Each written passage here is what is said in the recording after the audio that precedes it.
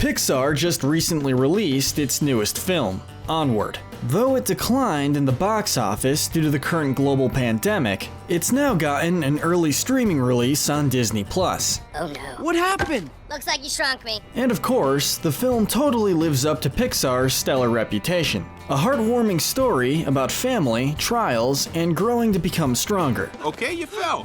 What was that so bad? Yes! In this world of fantasy and the modern age blending the way it does, where do the characters fall when it comes to morality? It's so easy!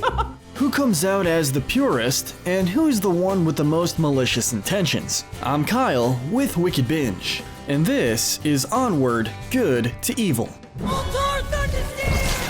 And full disclosure, like a couple other notable Pixar films like Inside Out, this whole cast is actually pretty darn sweet and endearing to some extent. So it might be a bit light on the bad and evil. Now let's get started. As usual, let's start with the characters who are the most pure. These are the good.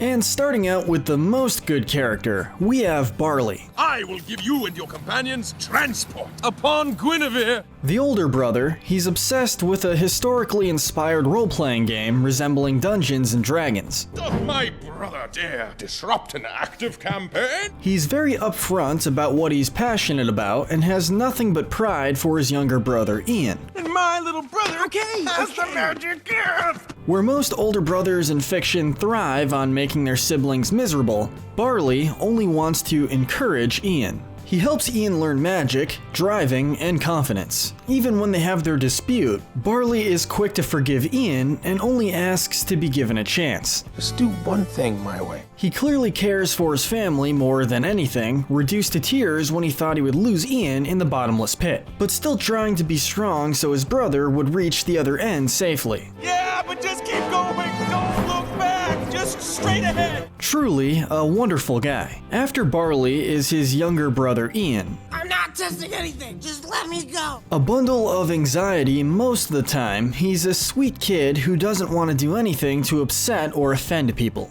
Would you mind not putting your feet on my chair today? He wants to be a man his father would be proud of and tries to imitate who he thought his dad was. You're wearing your dad's sweatshirt. Oh, you know, finally fits. He does get into conflict with Barley quite a bit, and it's revealed he does think his older brother is a screw-up despite the fact that he denies it. I don't know what happened back there, but I don't think you're a screw-up. He does warm up to Barley's methods of doing things and gives up his chance to meet their dad so Barley can say goodbye. I never had a dad, but I always had you. And fighting a dragon made of energy and concrete is impressive to say the least. Next we have Laurel. Mother to our main characters, she does her best to keep the family together and has a great sense of humor even when dealing with harsh obstacles. The whole bit of lands going to war over roleplay items not being picked up was great. Keep your soldiers off my land or our kingdom will go to war! She doesn't quite believe that magic can be done anymore when she gives the boys the staff from their father, but she doesn't make jokes about it either, instead stating it was a touching gesture and still a great gift. That's still a pretty special gift. She does break the law when grabbing the manticore, but any mother would do the same with her children in danger. And in an inspiring display, she took up a sword and fought to protect her family. If that isn't heroic, then we don't know what is. She certainly was telling the truth when she stated that she was a warrior. I am a mighty warrior. Next we have Wilden. Though we don't see him as much more than a pair of legs for most of the movie, it's clear that he was a loving father willing to do whatever it took to see what his children grew to be. This shows just how much he wanted to see you both. Even without an upper body, the way he seeks out his kids by tapping his feet around to reach out to them is clearly done out of love. He immediately recognizes Barley's rhythmic tapping and seems to sense when his kids are in distress as he dances to cheer them up after their fight. Just imagine what the top half of this dance looks like. When he was able to talk to Barley, he expressed how impressed and proud he was, thanking Barley for stepping up to be a role model to Ian.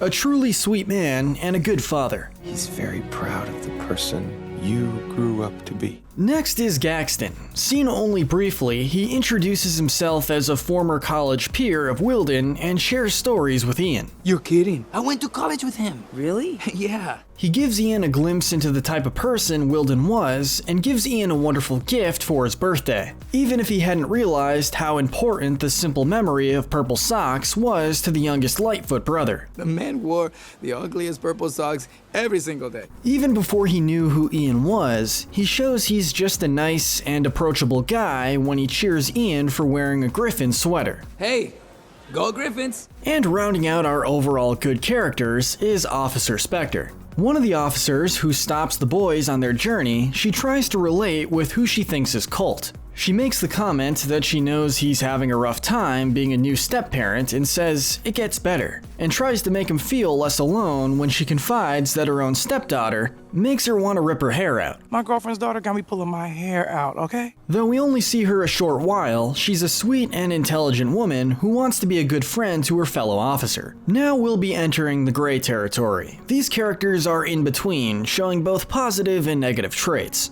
Sure, some might be overwhelmingly more positive, but for all intensive purposes, this is the gray area. Starting off with Colt Bronco. Working hard or hardly working? Doing his best to be a good stepdad, he obviously gets frustrated with Barley and his reckless behavior. I gotta drag my rear end out here and deal with you. He cares for his new family, going to help find Ian and Barley and recognizing the vanity plate when he comes across their trail. He's clearly made an effort to get to know the family and try to be as fatherly as possible, while still realizing he's not a replacement for Wilden. He would be easy to rank higher if it wasn't implied that he bad talks Barley to his coworkers. I mean, the guy's a screw up. You can't say you don't agree. It's easy to understand his frustration, but degrading your stepson behind his back is a low blow. Moving on, we have Officer Abel, the man in charge of questioning the Manticore after she burns down the tavern. Now, he's a nice enough guy considering the situation. He has to be no nonsense and straight to the point, but the reason he's this low on the list is that while he's trying to do everything by the book, he doesn't do anything when Laurel is in a panic trying to find her sons. But I can help! Whoa, hey, you're not going anywhere. The Manticore does state that the boys aren't in the building, but that still means they're missing kids, and he probably should have shown more concern about that. Oh boy, listen, this one's got a little... Next, we have Fenwick, the male construction worker who stops Barley. Yeah, we know, the old days. He isn't seen often, but from what we can gather, he's just a guy trying to do his job. He doesn't have any patience for Barley or the teen's passion in preserving history. It makes sense that he needs to follow orders on what to demolish, but he could have heard Barley out when the kid was in obvious distress. Next up, we have the legendary Manticore, first name The. Last name Manticore, first name The. A once epic fighter, she gave up the life of quests to man her own restaurant. Now, we can all agree that customer service is a nightmare. You're late, Adolphus.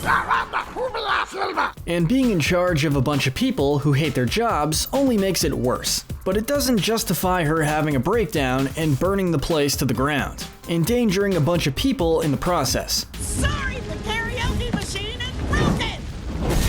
So why is she this high on the list? Because she also shows immediate concern for Ian and Barley's safety, revealing that there will be a curse once the gem is retrieved. I forgot to tell him about the curse!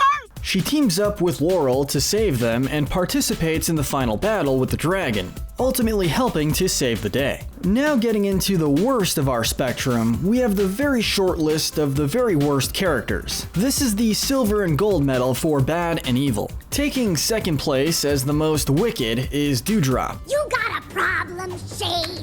The leader of the biker sprites. She's quick to anger, leads her team to create chaos, and has no issue chasing teenagers through a packed freeway. Oh, it is on, Shades. Get up! She is clearly proud of who she is and won't tolerate anyone bad-mouthing sprites, modern or ancient. What did you say about my ancestors? It's too bad she doesn't show to aid in the conflict at the end, but at least they gave up the bikes when they regained the ability to fly. Come on, pixie dusters, let's take to the sky! And finally, our most evil character is Greklin, the pawn shop owner. There you are.